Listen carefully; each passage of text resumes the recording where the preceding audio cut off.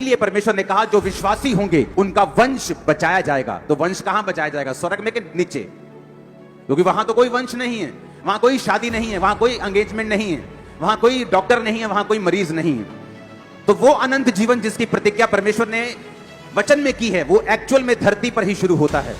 जब आप परमेश्वर को ग्रहण करते हैं आपके डिप्रेशन खत्म होते हैं, आपके कर्ज खत्म होते हैं, जो बीमारियां जो गरीबी वंशों से चलती आ रही जब वो खत्म होती है, वो अनंत जीवन जो स्वर्ग में आप पाएंगे उसका टेस्ट तभी से शुरू हो जाता है आपकी लाइफ में जिस दिन आप प्रभु यीशु मसीह को ग्रहण कर लेते हैं। परमेश्वर ने ये रूल बनाया है, ये एक नियम है कि जब एक इंसान धरती के ऊपर पूरी तरह से आत्मिक हो जाएगा, संसार की हर एक वस्तु, हर एक आशीष वो राजाओं के पास हो ना हो, वो तुम लोगों के पास और तुम्हारे परिवारों के पास होगी।